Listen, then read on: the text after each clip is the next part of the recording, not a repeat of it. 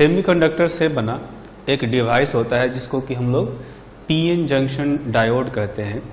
वो बहुत सारे सर्किट्स में यूज होता है, जैसे रेडियो के अंदर या टीवी के अंदर जो सर्किट्स होते हैं उसमें ये डायोड यूज में आता है।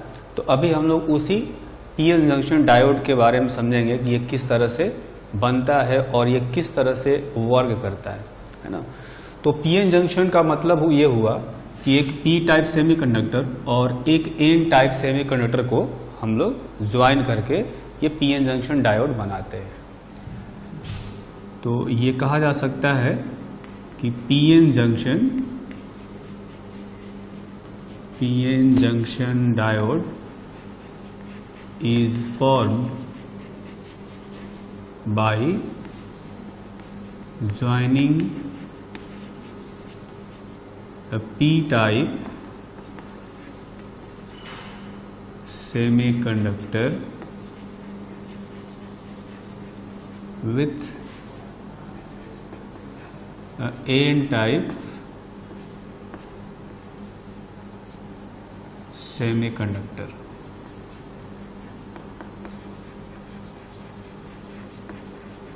Such that the crystal structure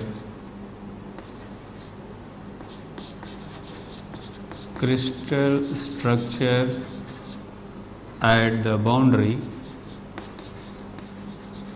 remains continuous. ना मतलब ये हुआ कि जब एक पी टाइप सेमीकंडक्टर है, जैसे देखेंगे कि ये पी टाइप सेमीकंडक्टर है, इसमें खूब सारे होल्स दिख रहे हैं, और इधर जो है ये एन टाइप सेमीकंडक्टर है, इसमें इलेक्ट्रॉन्स दिख रहे हैं, है ना। तो जस्ट इन दोनों को ऐसे कांटेक्ट में लाने से पीएन जंक्शन डायोड नहीं बनता, बल्कि उसका एक स्पेशल प्रोसेस होता है। उस प्रोसेस के हिसाब से इनको ज्वाइन करना होता है। जैसे अगर मैं इन दोनों को बिल्कुल पास में कांटेक्ट में लाऊंगा तो ऐसा कुछ दिखेगा, है ना। तो ये पीएन जंक्शन डायोड नहीं बना है, उसके लिए स्पेशल टेक्निक्स होते हैं। तो उस हिसाब से ऐसे जोड़ना होता है जैसे कि वेल्डिंग करते हैं तो जो मटेरियल है वो कंटिन्यूअस हो जाता है। तो उसी तरह से इनको इस तरह से जोड़ा जाएगा कि जो बाउंड्री है यहाँ पर जो मटेरियल है, जो क्रिस्टल स्ट्रक्चर है, वो बिल्कुल कंटिन्यूअस दिखना चाहिए। दो डिफरेंट मटेरियल जैसे अलग अलग नहीं दिखने चाहिए, एक जैसा दिखना चाहिए। इस तरह से बनाया जाता है।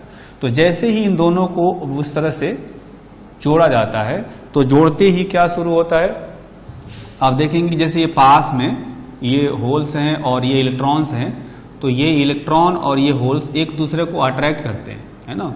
और ये इलेक्ट्रॉन यहाँ पर जा करके डिफ्यूज होने लगते हैं। डिफ्यूज होने का मतलब ये हुआ कि इलेक्ट्रॉन जो है होल्स के अंदर जा करके कोवेलेंट बॉन्ड कंप्लीट कर देगा। तो होगा क्या, ये होल और ये इलेक्ट्रॉन मिल करके गायब हो जाएंगे। तो उसको हम लोग कहते हैं डिफ्यूजन। ये प्रोसेस जो है ये चलता रहता है, ठीक। अब देखेंगे कि जो सेमीकंडक्टर होता है, चाहे एन टाइप सेमीकंडक्टर हो या पी टाइप सेमीकंडक्टर हो, दोनों ही न्यूट्रल होते हैं, जैसा कि मैंने बताया था। तो ये वाला पार्ट भी न्यूट्रल है, ये वाला पार्ट भी न्यूट्रल है, लेकिन इधर से अगर इतने सारे इलेक्ट्रॉन थे, इसका मतलब इसके अंदर कुछ पॉजिटिव चार्ज भी थे, तभी न्यूट्रल था। लेकिन अभी क्या हुआ कि इसमें से ये 3 इलेक्ट्रॉन इधर चले जा करके गायब हो गए। इसका मतलब इलेक्ट्रॉन की कमी हो गई इस पोर्शन में। तो होगा क्या कि ये जो राइट साइड में जो पार्ट है, जो पोर्शन है, इस राइट साइड में निगेटिव चार्ज की डिफिशियंसी हो जाएगी, यानी वहां पर पॉजिटिव चार्ज आ जाएगा। उसी तरह से देखेंगे कि यहां पर ये भी एक्चुअली में न्यूट्रल था, इतने होल्स थे तो कुछ न कुछ इसमें निगेटिव चार्ज भी होंगे, दोनों मिलकर के बैलेंस हो रहे थे, मतलब नेट चार्ज यहाँ पर 0 था। लेकिन देखेंगे कि ये इलेक्ट्रॉन जब आकर इसमें डिफ्यूज हो गए तो ये 3 होल भी गायब हो गए। होल गायब होने का मतलब क्या हुआ कि यहाँ से पॉजिटिव चार्ज कम हो गया, यानी निगेटिव चार्ज तो इस पोर्शन में बढ़ गया होगा। तो निगेटिव चार्ज बढ़ने का मतलब है कि इस साइड में निगेटिव चार्ज इंड्यूस हो जाएगा और उस साइड में पॉजिटिव चार्ज इंड्यूस हो जाएगा, है ना। कुछ इस तरह से अगर मैं यहाँ पर बाउंड्री बनाऊं, है ना, इस तरह से, तो इधर आ जाएगा पॉजिटिव चार्ज, क्योंकि इधर इलेक्ट्रॉन्स कम हुए हैं। इधर से इलेक्ट्रॉन जो है चले गए डिफ्यूज होने के लिए, इधर से होल्स कम हुए हैं। तो होल्स कम होने का मतलब ये हुआ कि इधर निगेटिव चार्ज जो है वो ज्यादा हो गए यहाँ पर। तो इस साइड में निगेटिव चार्ज इंड्यूस हो जाएगा। ठीक है, ये डिफ्यूजन तब तक चलता रहेगा जब तक कि इनके बीच में अट्रैक्टिव फोर्स जो है वो बहुत ज्यादा होगा, है ना। होगा क्या कि जैसे यहाँ पॉजिटिव चार्ज आया, यहाँ पर निगेटिव चार्ज आया, तो यहाँ पर इस रीजन में एक इलेक्ट्रिक फील्ड इधर क्रिएट हो जाएगा। इसको हम लोग कहते हैं बैरियर इलेक्ट्रिक फील्ड। ये इलेक्ट्रिक फील्ड क्या करता है, देखेंगे कि इलेक्ट्रॉन को यहां से इधर जाना था, तो ये बैरियर इलेक्ट्रिक फील्ड उस इलेक्ट्रॉन पर फोर्स उधर लगाएगा, क्योंकि इलेक्ट्रॉन जो है वो निगेटिव चार्ज होता है। तो निगेटिव चार्ज पर जो फोर्स लगेगा, इलेक्ट्रिक फोर्स, वो इलेक्ट्रिक फील्ड के ऑपोजिट डायरेक्शन में लगेगा। यानी इलेक्ट्रॉन को इधर आकर के डिफ्यूज होने से ये इलेक्ट्रिक फील्ड रोकता है। उसी तरह से ये पॉजिटिव चार्ज है, होल्स का मतलब पॉजिटिव चार्ज है, और पॉजिटिव चार्ज पर जो फोर्स लगता है वो इलेक्ट्रिक फील्ड के डायरेक्शन में ही लगता है। तो ये इलेक्ट्रिक फील्ड ये होल्स पर इधर फोर्स लगाकर इधर धक्का देगा, यानी इनको जो है उधर जाने नहीं देगा डिफ्यूज होने के लिए। तो ये इलेक्ट्रिक फील्ड क्या करता है, इलेक्ट्रॉन और होल्स के डिफ्यूजन को रोकने की कोशिश करता है ना। तो एक तो होता है इन दोनों के बीच में अट्रैक्टिव फोर्स, अट्रैक्टिव फोर्स उनको पास में लाने की कोशिश करता है, और ये जो इलेक्ट्रिक फील्ड है इनको धक्का देकर के दूर ले जाने की कोशिश करता है। तो शुरू में जब डिफ्यूजन हो रहा होगा, तो ये चूंकि चार्जेज कम डिफ्यूज हुए होंगे तो चार्जेज इंड्यूस भी कम होंगे, इंड्यूस चार्जेज कम होंगे तो बैरियर इलेक्ट्रिक फील्ड भी कम होगा, इलेक्ट्रिक फील्ड कम होगा तो डिफ्यूजन अभी होता रहेगा, अट्रैक्टिव फोर्स ज्यादा होगा। लेकिन जैसे जैसे डिफ्यूजन बढ़ता रहेगा, ये चार्जेज इंड्यूस जो है वो बढ़ते रहेंगे, ये इलेक्ट्रिक फील्ड बढ़ता रहेगा। बढ़ते बढ़ते एक ऐसा टाइम आ जाएगा जब इस इलेक्ट्रिक फील्ड के कारण से लगने वाला फोर्स उनके अट्रैक्शन फोर्स के कारण से लगने वाले फोर्स के बराबर हो जाएगा, है ना। यानी कि ये जो इलेक्ट्रॉन्स हैं, इन पर जितना अट्रैक्टिव फोर्स इधर लगेगा उतना ही ये इलेक्ट्रिक फील्ड उल्टे डायरेक्शन में फोर्स लगाएगा, तो इन पर नेट फोर्स हो जाएगा जीरो। और जब नेट फोर्स जीरो हो जाएगा तो डिफ्यूजन उस टाइम में हो जाएगा बंद, है ना। तो उस टाइम में ये जो रीजन है इसको हम लोग कहते हैं डिप्लीशन रीजन। इसको कहा जाता है डिप्लीशन रीजन। मतलब कि इस रीजन में होल्स और इलेक्ट्रॉन्स नहीं होते, है ना। और एक्चुअली में ये जो पोर्शन है यही डायोड कहलाता है। ये जो पोर्शन है ये डायोड कहलाता है। यहां पर ये इलेक्ट्रिक फील्ड है। अगर मैं यहां पर एक पोटेंशियल और जो पोजीशन है उसका ग्राफ बनाऊं, पोटेंशियल ऊपर दिखाते हैं, इधर पोजीशन दिखाते हैं, ठीक है। तो चूंकि इलेक्ट्रिक फील्ड इधर है तो इलेक्ट्रिक फील्ड के डायरेक्शन में जाने पर पोटेंशियल डिक्रीज होता है ना, और इलेक्ट्रिक फील्ड के उल्टा डायरेक्शन में जाने पर पोटेंशियल बढ़ता है। तो अगर मैं मान लूं कि यहां पर पोटेंशियल जीरो है ना, तो यहां से यहां तक हर जगह पोटेंशियल जीरो ही होगा। यहां भी जीरो, यहां भी जीरो, ये हर जगह पोटेंशियल जीरो होगा, क्योंकि यहां से यहां इलेक्ट्रिक फील्ड है। जहां पर इलेक्ट्रिक फील्ड नहीं हो, देख सकते हैं कि यहां पर इलेक्ट्रिक फील्ड नहीं है। इलेक्ट्रिक फील्ड नहीं होने का मतलब क्या हुआ, हम लोग कहते हैं कि इलेक्ट्रिक फील्ड जो होता है वो होता है dV बाई dx, है ना। अगर इलेक्ट्रिक फील्ड जीरो हुआ तो dV बाई dx जीरो होगा, यानी कि V जो है ये कांस्टेंट होगा, पोटेंशियल जो है कांस्टेंट होगा यहां से यहां तक, जो कि हमने माना जीरो है। उसी तरह से चूंकि यहां पर तो इलेक्ट्रिक फील्ड है, यहां इलेक्ट्रिक फील्ड है, तो पोटेंशियल कांस्टेंट नहीं रहेगा, पोटेंशियल वेरी कर रहा है। निगेटिव से पॉजिटिव की तरफ जाने पर पोटेंशियल बढ़ रहा होगा। इसके आगे फिर यहां पर इलेक्ट्रिक फील्ड नहीं है, तो यहां से यहां तक पोटेंशियल बराबर होगा। अगर मैं मान लूं कि यहां पोटेंशियल जीरो है और यहां पर पोटेंशियल है VB मतलब कि बैरियर पोटेंशियल, यहां पर बैरियर पोटेंशियल के बराबर पोटेंशियल है। अब यहां से यहां तक हर जगह पर VB के इक्वल ही पोटेंशियल होगा, ऐसे ध्यान रखना है। तो ये जो इलेक्ट्रिक फील्ड है इसको कहते हैं बैरियर इलेक्ट्रिक फील्ड, और यहां जो पोटेंशियल डिफरेंस क्रिएट हुआ है उसको हम लोग कहते हैं barrier potential. Electric field created in depletion region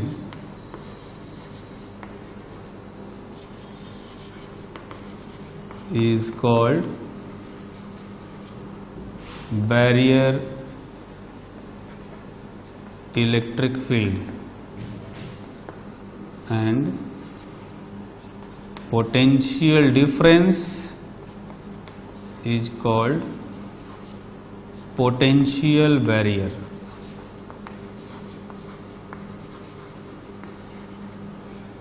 है ना। तो ये जो हाइट यहाँ से दिख रहा है, यहाँ से यहाँ तक ये जो हाइट है, ये पोटेंशियल डिफरेंस VV के इक्वल है।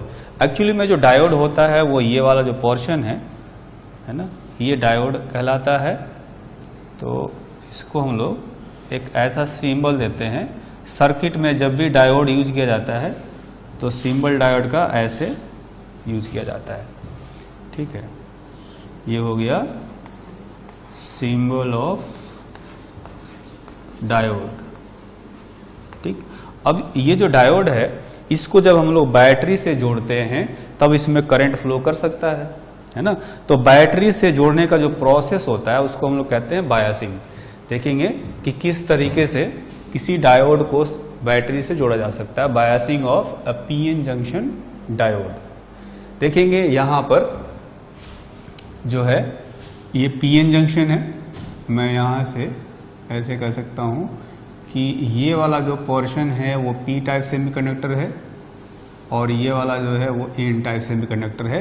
ये बीच में आपको डिप्लीशन रीजन दिख रहा है ना। बैटरी के पॉजिटिव प्लेट को P साइड में जोड़ दिया और बैटरी के निगेटिव प्लेट को N साइड से जोड़ दिया, है ना। तो इस टाइप का जो कनेक्शन बनाया जाता है इसको कहा जाता है फॉरवर्ड बायस्ड PN जंक्शन, है ना। तो बायसिंग का पहले तो मतलब ये हुआ कि connecting a PN junction diode with a battery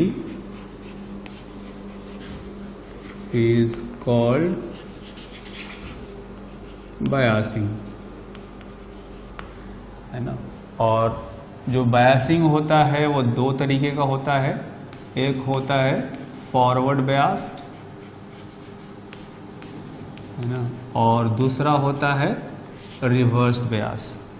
यहाँ पर दूसरा वाला केस देखेंगे, इसमें रिवर्स्ड बायस्ड। तो फॉरवर्ड बायस्ड में क्या होता है कि जो PN जंक्शन का P टाइप वाला सेमीकंडक्टर है या P साइड वाला पार्ट है उसको बैटरी के पॉजिटिव प्लेट से जोड़ते हैं और N साइड वाला जो पार्ट है उसको बैटरी के निगेटिव प्लेट से जोड़ देते हैं। In forward biased PN junction, P type और जस्ट कह सकते हैं कि P side is connected to positive plate and N side is connected to negative plate of the battery,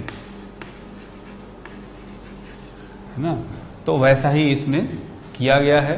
तो ऐसा होने से क्या होता है, देखेंगे जो बैटरी है इसका ये पॉजिटिव प्लेट है तो ये हायर पोटेंशियल पर होता है, तो यहाँ पर ये जो इलेक्ट्रिक फील्ड क्रिएट करता है वो इलेक्ट्रिक फील्ड कुछ इस डायरेक्शन में होता है, जो होल्स पर एक फोर्स लगाता है, धक्का लगाता है उधर की तरफ। उसी तरह से अगर ये इलेक्ट्रिक फील्ड इधर क्रिएट किया है तो इलेक्ट्रॉन पर फोर्स इधर लगाएगा, यानी कि इलेक्ट्रॉन और होल्स दोनों को डिप्लीशन रीजन की तरफ पुश करता है।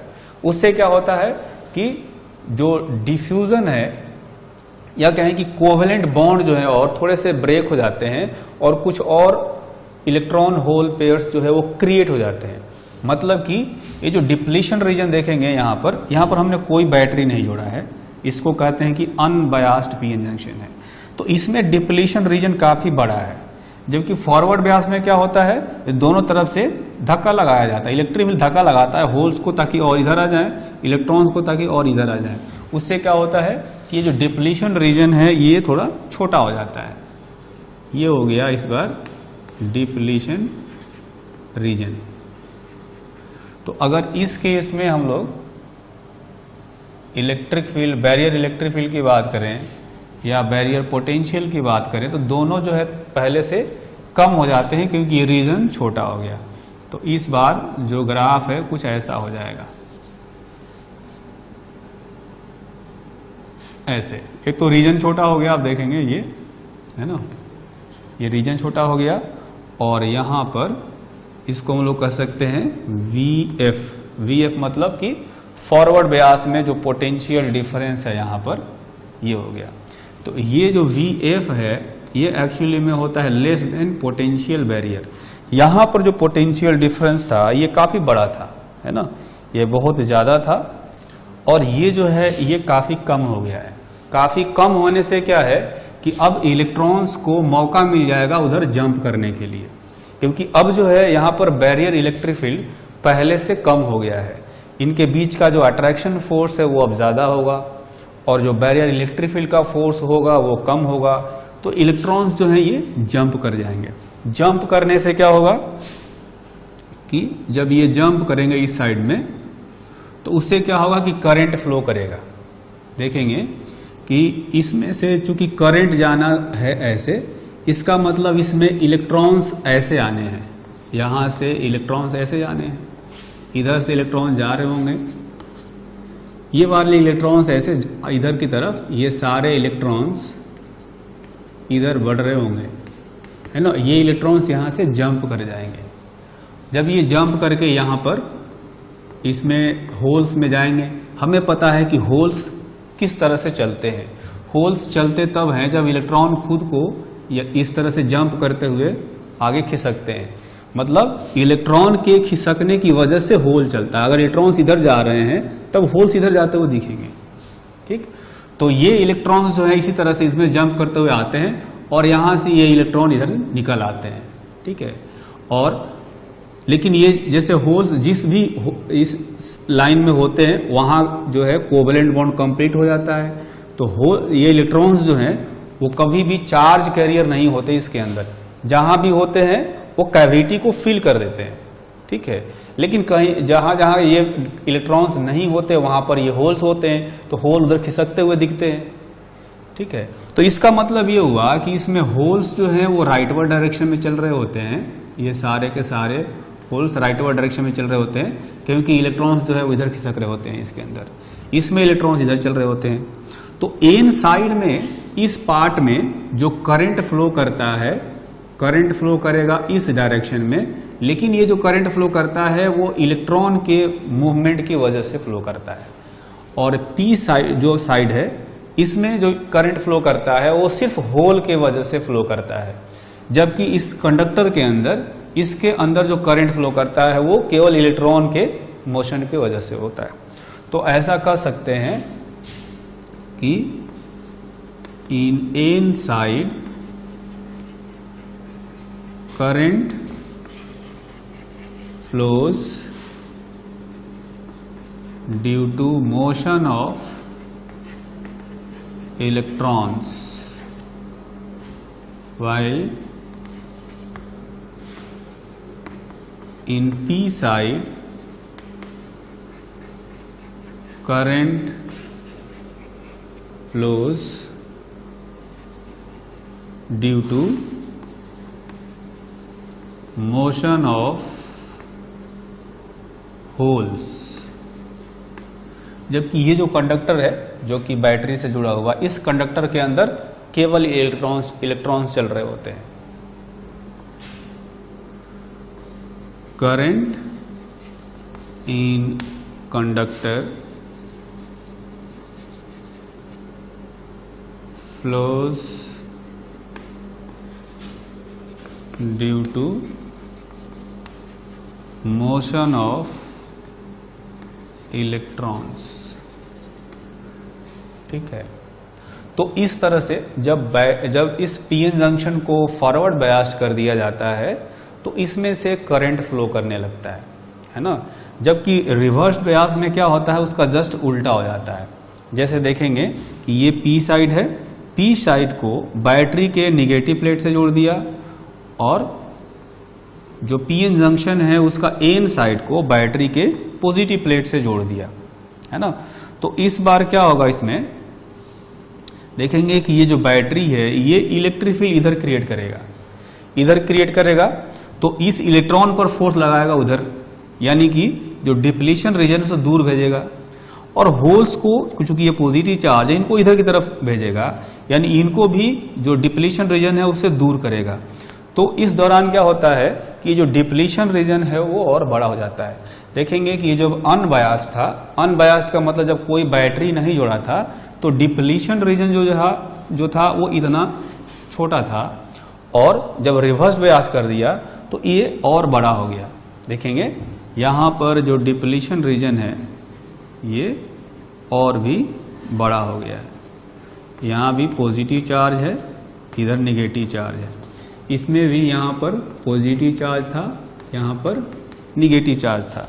अगर यहां पर हम लोग बैरियर इलेक्ट्रिक फील्ड या पोटेंशियल बैरियर का ग्राफ बनाएंगे, इधर पोटेंशियल इधर पोजीशन, तो इस बार क्या होगा कि इस बार पोटेंशियल डिफरेंस और ज्यादा बढ़ जाएगा। रिवर्स्ड व्यास में अगर मैं कहूं कि पोटेंशियल जो है वो VR है, यहां पर अगर यहां का 0 मानते हैं तो यहां का VR लेंगे, इधर पोटेंशियल जो है वो 0 है और यहां पर VR है हर जगह। इसमें इधर 0 0 था और यहां पर VF था हर जगह पर, यहां से इधर हर जगह पोटेंशियल बराबर VF के इक्वल, यहां से इधर पोटेंशियल बराबर 0 के इक्वल। इसमें यहां से इधर VR पोटेंशियल, यहां से इधर 0 पोटेंशियल, तो यहां पर जो पोटेंशियल डिफरेंस है ये है VR, यहां पर जो पोटेंशियल डिफरेंस था ये VF। तो मैंने कहा कि जो VF है ये VB से छोटा हो गया, मतलब अनबायास्ड वाले केस में जो पोटेंशियल बैरियर था इसकी वैल्यू से यहां वाला पोटेंशियल डिफरेंस जो है कम हो गया था, लेकिन इस केस में जो पोटेंशियल बैरियर है ये बड़ा हो गया है ना। पहले जो पोटेंशियल बैरियर था उससे ज्यादा पोटेंशियल डिफरेंस यहां पर हो गया, यानी अब इलेक्ट्रॉन का डिफ्यूज होना और भी ज्यादा मुश्किल हो जाएगा। यानी हो सकता है कि अनबायास्ड वाले केस में 1-2 इलेक्ट्रॉन जंप कर पा रहे हो, लेकिन अब जो है जब रिवर्स बायस कर देंगे तब वो 1-2 भी जंप नहीं कर पाएंगे, है ना। तो उस केस में जो है कह सकते हैं कि इसमें करंट फ्लो ही नहीं करेगा, ठीक। तो रिवर्स बायस में जैसा कि मैंने बताया कि in reversed biased PN junction P side is connected to negative plate while N side is connected to positive plate of battery. तो इस केस में देख सकते हैं कि करंट जो है वो फ्लो नहीं कर पाएगा, क्योंकि इलेक्ट्रॉन्स और होल्स का डिफ्यूजन नहीं हो पाएगा, ठीक है। In this case current through the diode becomes almost zero। almost zero इसलिए कहा जा रहा है कि हो सकता है कोई एनर्जेटिक इलेक्ट्रॉन हो, 1-2 इलेक्ट्रॉन हो सकता है जंप कर रहे हो, या अंदर भी क्या होता है कई बार डिप्लीशन रीजन के अंदर भी जो होता है वो कोवलेंट बॉन्ड का टूटना जो है वो जारी रहता है। तो कोवलेंट बॉन्ड टूटेगा, इलेक्ट्रॉन्स इधर भाग जाएंगे, होल्स इधर भाग जाएंगे, तो उसके कारण से थोड़ा सा करंट फ्लो करता है, ठीक है। उसको हम लोग ड्रिफ्ट करंट कहते हैं। और ये जो जंप करके जा करके डिफ्यूज होने वाला केस है उसको डिफ्यूजन करंट कहते हैं। जब भी किसी डायोड से करंट निकाला जाता है तो ये दोनों जो करंट है इनका सम के बराबर वो करंट होता है। तो जैसा कि अभी हमने यहाँ पर समझा कि फॉरवर्ड बायस्ड में पीएन जंक्शन डायोड जो है वो करंट फ्लो को अलाउ करता है, इस केस में करंट फ्लो करता है, जबकि रिवर्स्ड बायस्ड में पीएन जंक्शन जो है करंट फ्लो अलाउ नहीं करता है। अगर इस चीज को हम लोग किसी सर्किट में दिखाएंगे तो देखेंगे यहां पर हमने दिखाया है फॉरवर्ड बायस्ड पीएन जंक्शन वाला सर्किट। इसमें ये जो डायोड है, डायोड का पी साइड इधर होता है पी साइड और इधर होता है एन साइड, है ना। तो पी साइड जो है वो पॉजिटिव प्लेट से जोड़ा है और एन साइड को निगेटिव से जोड़ा है। तो इसमें करंट ऐसे फ्लो करता है। ये फॉरवर्ड बायस के केस में करंट फ्लो अलाउ करता है, जबकि यहां देखेंगे ये रिवर्स बायस में है, reverse bias PN junction circuit. इसमें ये जो पी साइड है इसको बैटरी के निगेटिव प्लेट से जोड़ दिया और जो एन साइड है इसको पॉजिटिव प्लेट से जोड़ दिया। तो इस केस में जैसे कि यहां पर दिखाया हमने, इसी को यहां पर सर्किट में दिखाया है। जैसा कि मैंने बताया कि जो डायोड है एक्चुअली में ऐसा होता है, लेकिन इसका सिंबल जब हम सर्किट में दिखाते हैं तो ऐसे दिखाते हैं, है ना। इस तरह से ऐसे जंक्शन डायोड को दिखाया जाता है। तो ये वाला जो केस है इसका सर्किट यहां पर दिखाया गया है। तो इसमें हमने क्या बताया कि इसमें करंट जो है ऑलमोस्ट जीरो हो जाता है। तो इसमें करंट फ्लो नहीं कर सकता, मतलब कि अगर इस डायरेक्शन में कहा जाए तो कोई भी करंट फ्लो नहीं करता है, जबकि बैटरी ऐसे जोड़ा गया है कि करंट ऐसे फ्लो करना चाहिए, है ना। तो इस डायरेक्शन में ये करंट फ्लो करने ही नहीं देता, जबकि अगर बैटरी को ऐसे जोड़ेंगे तो इस डायरेक्शन में करंट फ्लो को अलाउ करता है। अगर इसको हम लोग एक ग्राफ में समझे, जैसे देखेंगे कि current versus potential difference. Potential difference जो है बैटरी का पोटेंशियल डिफरेंस है, अगर इसका पोटेंशियल डिफरेंस V है और V है, तो फॉरवर्ड बायस का मतलब है कि इसकी पोलरिटी जो है पॉजिटिव साइड में है। तो इस केस में जो करंट है वो कुछ इस तरह से बढ़ता है। जैसे जैसे ये वोल्टेज बढ़ाते जाएंगे करंट इसमें बढ़ता जाएगा। जबकि रिवर्स बायस में, रिवर्स बायस का मतलब है कि वोल्टेज निगेटिव हो जाएगा। तो निगेटिव में जो करंट है वो देखेंगे कि ये ऑलमोस्ट जो है ये जीरो होता है ना। थोड़ा सा करंट दिखाया गया निगेटिव डायरेक्शन में, यहां पर करंट पॉजिटिव डायरेक्शन फ्लो कर रहा है, ऐसे फ्लो कर रहा है तो पॉजिटिव डायरेक्शन, और ऐसे अगर मैंने कहा कि इसमें हो सकता है कि एक दो इलेक्ट्रॉन जो है जंप करके जा रहे हो तो थोड़ा बहुत करंट फ्लो कर सकता है। इसीलिए हमने कहा था कि ऑलमोस्ट जीरो, है ना। तो थोड़ा सा करंट हो सकता है फ्लो करे, लेकिन एक टाइम ऐसा भी आता है कि जब अपोजिट डायरेक्शन में जब बहुत ज्यादा वोल्टेज हम अप्लाई कर देंगे तो ये जो डायोड है वो उसका ब्रेकडाउन हो जाता है, वो खराब हो जाता है। जब उस कंडीशन में क्या होता है, करंट उल्टे डायरेक्शन में फ्लो करने लगता है ना। कुछ जो करंट है वो बिल्कुल ऐसे दिखता है, अचानक देखेंगे करंट की जो वैल्यू है वो बढ़ गई। तो ये वाला जो पोर्शन है ये फॉरवर्ड बायस्ड पीएन जंक्शन को रिप्रेजेंट कर रहा है।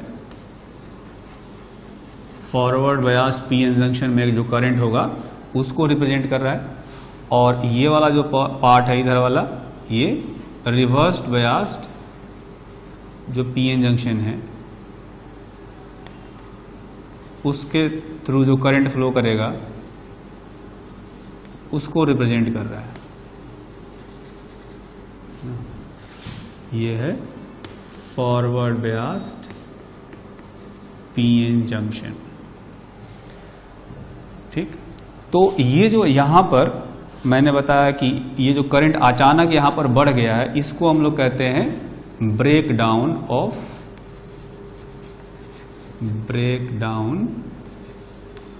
ऑफ डायोड, है ना। तो ये ब्रेकडाउन कैसे होता है, जैसा कि हमने कहा कि ये जो वोल्टेज है ऑपोजिट डायरेक्शन में लगा रखा है, उल्टे डायरेक्शन में लगा रखा है। अगर ये वोल्टेज जो है, हालांकि पीएन जंक्शन का काम क्या है कि इस डायरेक्शन में करंट फ्लो नहीं करने देगा, लेकिन जब वोल्टेज हम बहुत ज्यादा अप्लाई कर देंगे तो जो डायोड है वो फिर जो है वो अचानक उसका ब्रेकडाउन हो जाता है, तो करंट उल्टे डायरेक्शन में अचानक बढ़ जाता है। ब्रेकडाउन कैसे होता है, किस कारण से होता है, उसको हम लोग यहां पर समझते हैं। जो ब्रेकडाउन है वो दो तरीके का होता है। एक होता है उसको कहा जाता है एवलांचे ब्रेकडाउन। जैसा कि आप जानते हैं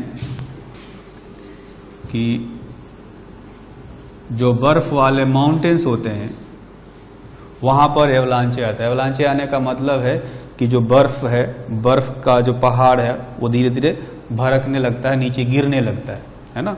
कुछ उसी टाइप का इसमें होता है। है ना। देखेंगे जैसे कि यहाँ पर मैंने दिखाया है कुछ, ये सेमीकंडक्टर है। अब इसमें हमने उल्टा डायरेक्शन में वोल्टेज लगाया है। वोल्टेज लगाने का मतलब कि इसके अंदर कहीं ना कहीं इलेक्ट्रिक फील्ड भी होगा। तो अगर इतना ज्यादा इलेक्ट्रिक फील्ड कर दें कि कोई यहाँ पर, जैसे देखेंगे ये जो दिखाया गया है, हर जगह एक कोवेलेंट बॉन्ड कंप्लीट हो रखा है, मतलब होल और इलेक्ट्रॉन जो है वो डिफ्यूज हो चुके हैं, कहीं भी चार्ज करियर नहीं दिख रहा। लेकिन जब बहुत ज्यादा इलेक्ट्रिक फील्ड अप्लाई कर देंगे उल्टा डायरेक्शन में, तो क्या होगा, इलेक्ट्रॉन पर फोर्स लगता है, इलेक्ट्रॉन जो है वो टूट करके निकल जाएगा। तो होगा क्या कि इसमें मान लेते हैं कि एक जो है कोवेलेंट बॉन्ड ब्रेक हो गया, यहां से इलेक्ट्रॉन निकला। अब इलेक्ट्रॉन निकलेगा तो क्या होगा, जैसे इलेक्ट्रिक फील्ड इधर है ना, इसने मान लिया कि इलेक्ट्रिक फील्ड उल्टा लगाया हुआ है, इलेक्ट्रिक फील्ड इधर है तो इलेक्ट्रॉन पर फोर्स इधर लगेगा। तो इलेक्ट्रॉन के पास चूंकि इलेक्ट्रिक फील्ड बहुत ही ज्यादा है, बहुत ही ज्यादा इलेक्ट्रिक फील्ड आ गया, तो इस इलेक्ट्रॉन जो यहां से निकलेगा उसके पास काइनेटिक एनर्जी आ जाएगी, वो एक्सेलरेट होगा। वो काइनेटिक एनर्जी बहुत ज्यादा होगी, वो जाकर के टकरा गया कहीं यहाँ पर, है ना, टकरा गया। अब यहाँ का कोवेलेंट बॉन्ड टूट गया, फिर यहाँ से इलेक्ट्रॉन, अब 2 इलेक्ट्रॉन हो गए, एक इलेक्ट्रॉन फिर यहां से भागा इधर, एक यहां से भागा इधर, फिर ये दो जाकर टकरा, ये कोवेलेंट बॉन्ड टूट गया, 4 हो गए। 4 जो है फिर 8 को तोड़ेंगे। इस तरह से जो है एक तरह से जैसे एवलांचे आता है, बर्फ का पहाड़ गिरने लगता है, वैसे ही ये जो है सारे भरभरा करके इलेक्ट्रॉन्स निकल जाते हैं एक बार में, है ना। और जब निकल जाते हैं इधर, तो अचानक चूंकि चार्ज कैरियर्स का अमाउंट बढ़ गया, उनकी वेलोसिटी बढ़ गई, तो करंट जो है वो उल्टा डायरेक्शन में फ्लो होने लगता है। क्योंकि इलेक्ट्रॉन्स इधर जा रहे हैं तो करंट उसके उल्टा डायरेक्शन में, यानी इस डायरेक्शन में करंट फ्लो करेगा, यहां पर करंट इस डायरेक्शन में फ्लो करने लगेगा। ठीक है, तो ये हो गया एवलांचे ब्रेकडाउन। एक दूसरा होता है जिसको कहा जाता है जेनर ब्रेकडाउन, है ना। जेनर ब्रेकडाउन में क्या होता है कि चूंकि हमने बहुत ज्यादा हाई पोटेंशियल डिफरेंस क्रिएट कर दिया है, तो उल्टा डायरेक्शन में इलेक्ट्रिक फील्ड भी बहुत ज्यादा हाई होगा। तो मैंने यहां कहा कि इसमें एक कोवेलेंट बॉन्ड टूटता है, एक इलेक्ट्रॉन दूसरे से टकराता है, दूसरे फिर 4 से टकराते हैं, 4 फिर 8 से टकराते हैं, ऐसे टूटते जाते हैं, है ना। इसमें क्या हुआ कि हमने इतना इलेक्ट्रिक फील्ड अप्लाई कर दिया कि सारे बॉन्ड एक साथ में टूट गए और सारे इलेक्ट्रॉन एक साथ में चलने लगे, है ना। जैसे कि मान लेते हैं कि ये जो है, ये यहां पर 12 ये बॉल है, 12 बॉल है, उन पर चार्ज है, नेगेटिव चार्ज। जैसे इलेक्ट्रिक फील्ड अप्लाई करेंगे तो सब पर एक साथ में फोर्स लगेगा, सारे के सारे एक साथ में चलने लगेंगे। बिल्कुल उसी तरह से क्या होता है कि इसमें जो इलेक्ट्रॉन्स हैं, वो इलेक्ट्रिक फील्ड इतना बढ़ गया कि ये सारे कोवेलेंट बॉन्ड एक साथ में टूटेंगे और सारे इलेक्ट्रॉन्स जो है वो एक साथ में चलना शुरू कर देंगे, है ना। सारे जो है वो इस डायरेक्शन में इलेक्ट्रॉन्स भागना शुरू कर देंगे, तो करंट जो है उल्टा डायरेक्शन में फ्लो करने लगेगा। तो जेनर ब्रेकडाउन जो होता है इस तरह का होता है कि सारे के सारे इलेक्ट्रॉन एक साथ में चलना शुरू कर देते हैं। और एवलांचे ब्रेकडाउन में क्या होता है कि 1 2 पहले टूटते हैं, वो 2 जो है फिर 4 में कन्वर्ट हो जाते हैं, 4 जो है 8 में कन्वर्ट हो जाते हैं। इस तरह से वो टूटते टूटते खूब सारे एक साथ में चार्ज कैरियर्स बढ़ जाते हैं, जिससे कि करंट का जो वैल्यू है वो बढ़ जाता है। ठीक, तो ब्रेकडाउन होने का मतलब है कि डायोड जो है वो खराब हो गया। वो डायोड जो है उसका काम ये है कि एक साइड में, एक डायरेक्शन में करंट फ्लो करने देगा, दूसरे डायरेक्शन में करंट फ्लो नहीं करने देगा, है ना। तो ब्रेकडाउन होने का मतलब है कि उसका जो काम था वो काम करना बंद कर देगा, वो डायोड जो है बेकार हो गया। ठीक, तो डायोड का काम क्या होता है, कहते हैं PN junction diode is a device